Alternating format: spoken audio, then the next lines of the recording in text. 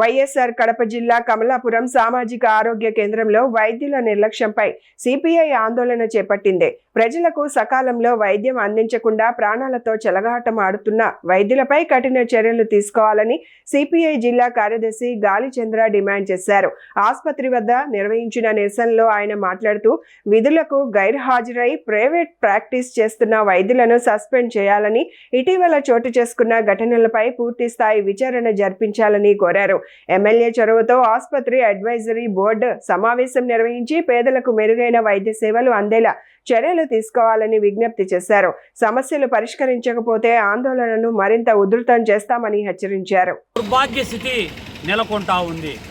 పోనీ వీళ్ళపైన నియంత్రణ చేసేటటువంటి జిల్లా అధికారి ఏమైనా ఉన్నాడంటే డిఎంఎండ్హెచ్ఓ, లేక మాసాలు గడుస్తూ ఉన్న కడప జిల్లాలో డిఎంఎండ్హెచ్ఓ కూడా లేనటువంటి దౌర్భాగ్య స్థితి ఈ జిల్లాలో కొనసాగుతూ ఉందంటే కడప జిల్లా పైన ఎంత నిర్లక్ష్యం, వివక్షత కొనసాగుతుందో మనం అర్థం చేసుకోవచ్చు.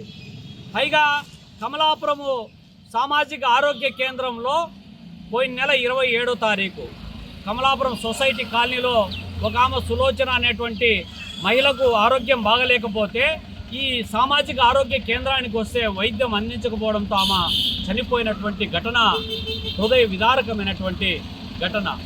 దానిపైన ప్రజలు, ప్రజా సంఘాలు ఆందోళన, మీడియాలో వచ్చినటువంటి అభియోగాల నేపథ్యంలో ఎంక్వైరీ జరిగి 24 గంటలు గడవక ముందే ఇక్కడ ఎవరో ఒక అతనికి యాక్సిడెంట్ అయిందని చెప్పి మొన్న 9వ తారీఖు హాస్పిటల్కి ఉదయం వస్తే 10 గంటల వరకు కనీసం ఒక ఇంజెక్షన్ వైద్యం కూడా అందించినటువంటి నిర్లక్ష్యం కొనసాగుతూ ఉందంటే ఇక్కడ సూపరింటెండెంట్ మొదలుకొని డాక్టర్లు, డ్యూటీ డాక్టర్లు, సిబ్బంది ఏం చేస్తున్నారు, ఏం గాడిదలు కాస్తున్నారు, ఏం వ్యాపారాలు చేసుకుంటున్నారని చెప్పి మేము అడగదలుచుకున్నాం. దాని నిరసనగా ఈరోజు ఈ యొక్క సామాజిక ఆరోగ్య కేంద్రం కమలాపురం వద్ద ఆందోళన కార్యక్రమం చేస్తూ ఉన్నాం. ఇప్పటికైనా అధికారులు వెంటనే చర్యలు తీసుకోవాలి.